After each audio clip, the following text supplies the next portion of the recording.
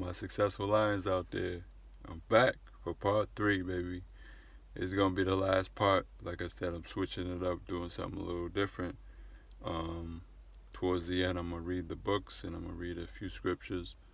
Um, but this time, I just want to talk about being unequally yoked. Um,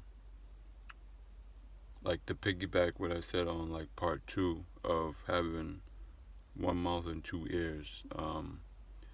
I think, a lot of the times, like unequally yoked pretty much means that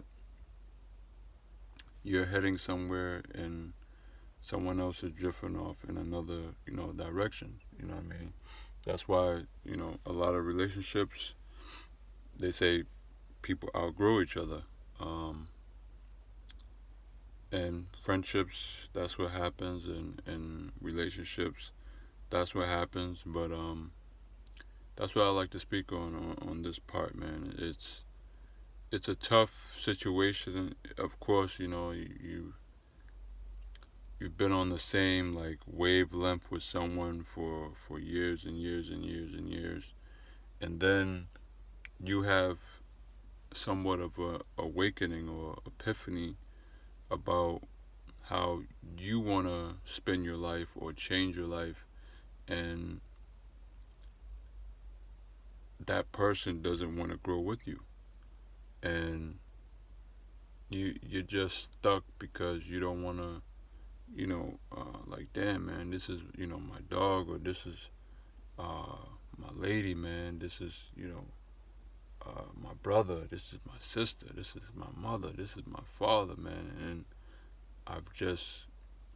we're just on a different level now, so you have to just, you don't have to cut them off per se, but you have to love from a distance. You know what I mean? The things you want to, I'll say with me, like for instance, like I'll go with the easiest one, like with sports. Like I used to, sometimes, man, I used to love, just going to friend's house, family member's house, and just watch the game, man. And now that I have like looked more into sports, or even with this virus, like the stadium is like empty. You know what I mean? It just don't even look right. It just looks mad weird without fans in the stadiums. It just looks like the end of the world type of apocalyptic type of thing, man. It's just, they're just forcing it at this point, when I feel they're just trying to entertain people, and they can be voicing their opinions, or they can be donating. Okay, you lose a year of sports, you could be donating that money to people who are without right now. You know what I mean? You can be doing so much with that money, and those quote unquote sponsors that are basically paying for the whole season of sports. The people who have commercials, basically, that advertising, the advertising dollars, what I meant to say.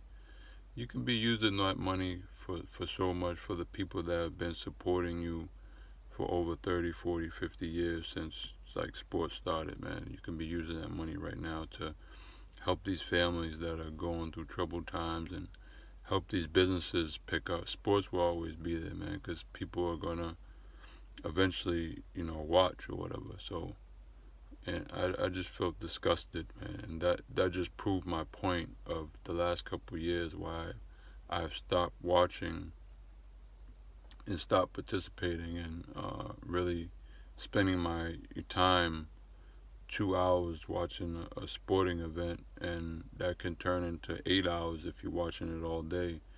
And you're just sitting at the TV, eating or drinking and smoking, and getting fat, and not learning stats, and not learning. It's crazy. People know so much stats, but they don't even know how the stock market works. They don't know how to go into Credit Karma and check their credit score. They don't know how to to, open a bank account. They don't know how to write a check. There's different stuff you could be doing with your time than participating in that aspect of life. You know what I mean? And once I've outgrown that, you know what I mean? It took me, I was really into sports, man. I come from, the Jordan era, the, Paul Pierce and Tom Brady, you know what I mean? The best, a lot of the best come right from here. And over the years, I continue to grow, man. A Sunday, man, I'd rather, read a book, man, read some scriptures, man. It doesn't mean I have to go to church, but I could spend 2 hours, man, reading. You know what I mean? 2 hours, go work out, walk, get some air. 2 hours, man, chef up, an hour, whatever, chef, prepare a great meal, man. And then the other 2 hours, man, read some more scriptures, man, do some more push-ups, man, get my mind right, get my body right, and ready for the week, you know what I mean? Iron, man, lay out my clothes, man, get ready so I can get, some good rest for that Sunday night, and you could be doing a lot, improving your brain, man, growing your brain, instead of deleting and just going into a trance after, they say, I forget the exact number, but they say after watching TV for about an hour and a half or 2 hours, you go into a trance somewhat, and your mental state just shuts down, you know what I mean? That's why they use the commercials to zap people and have people buy what's in the commercials. That's why sometimes you get cravings for McDonald's, or you want to go out and buy what they just posted on the commercial. And you know what I mean? That's just unequally yoked with people, man. And sometimes people feel, oh, you do better for me. You think you do good. You think it's not that. You just outgrown. You know what I mean? Those certain activities.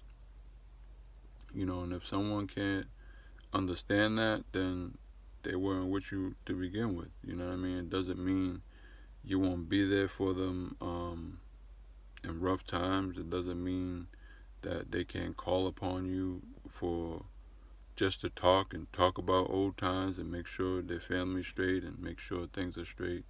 But when it comes to delving in those activities, that's just not it. You know what I mean?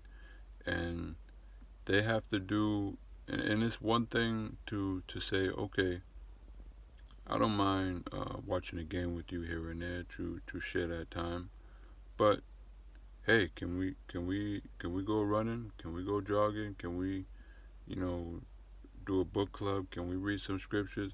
And you tell people that, and they'd be like, nah, I'm just not into that. So, okay, I'm not into what you're doing. So that just means our friendship is just, it doesn't mean we're not cool, we don't have love for each other, but our friendship we just outgrown our friendship. That doesn't mean you forget about all the years you shared, and could have been a million things that you went through as friends and family, that prove, the loyalty and the trust and stuff like that. It's just that you've outgrown certain things, you know what I mean? And you rather spend your time doing this, they rather spend their time doing that, and that's just it, you know what I mean? It doesn't mean you don't love them any less or any more, you know what I mean? Any more or any less, you know what I mean? And that's just the way it is, man. And you pray that, the Lord will pick them up and they can, maybe get on your path, or maybe even try to do certain things. Excuse me. Try and do new things with you, and become a better friend or family member, and want to be in your life, but sometimes it just don't happen like that, man. Same thing in relationships. You might be with someone, and I'd rather, read some scriptures than watch a movie, or Netflix and chill, or, hey, man, I don't want to, have sex all the time. I don't want to, you know what I mean? I'd rather read with you than have sex with you. I'd rather talk than have sex all the time. And some people might not understand that, man. You know what I mean? So it's just cool to separate and love from a distance. You know what I mean? So, but yeah, we're gonna get into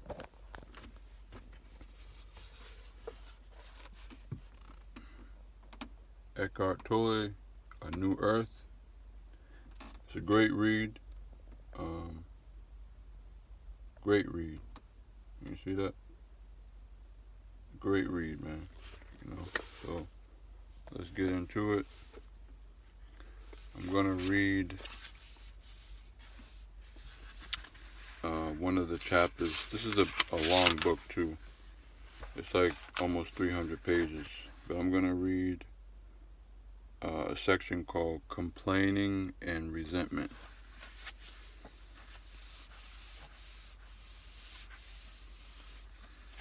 Complaining and resentment. Let me turn this on now.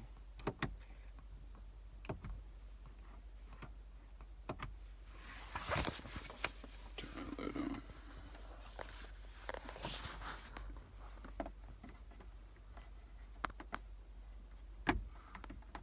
Okay. Complaining and resentment. You'll see it. Complaining is one of the ego's favorite strategies for strengthening itself.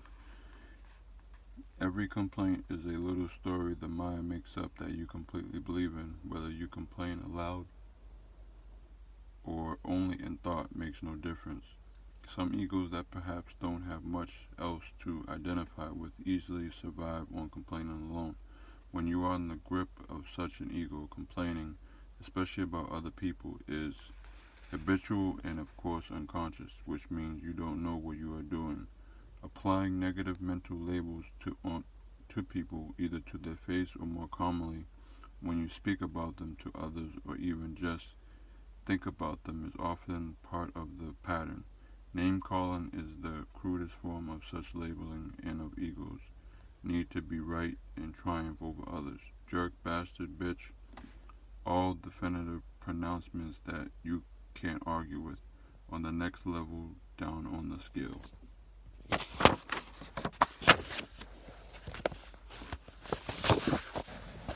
Okay, up on unconsciousness, we have shout